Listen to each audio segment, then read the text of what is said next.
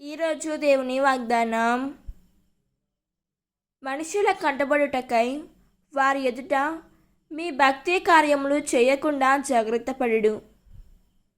లేని ఎడల పరలోకమందలి మీ తండ్రి నుండి మీరు ఎట్టి బహుమానమును పొందలేరు.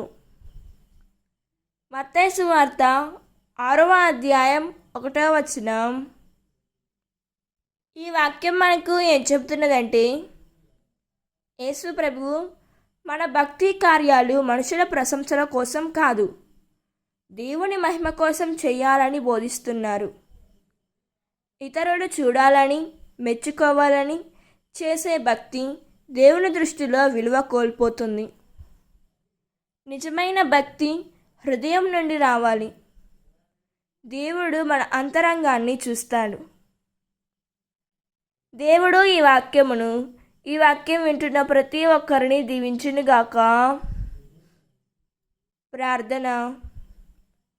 ప్రియమైన పరలోక తండ్రి, మనుషుల ప్రశంసలను కోరుకోకుండా నీ మహిమ కొరకే జీవించే హృదయాన్ని నాకు దయచేయము తండ్రి. ప్రభువా, నా ప్రార్థనలు, దాన ధర్మాలు, మంచి కార్యాలు అన్నీ నీకు ఇష్టమైనవిగా ఉండునట్లు నన్ను నడిపించుము. యేసయ్యా, వినయంతో నీ చిత్తాన్ని నెరవేర్చే కృపను ప్రసాదించుము తండ్రి. ఆమేన్. God bless you.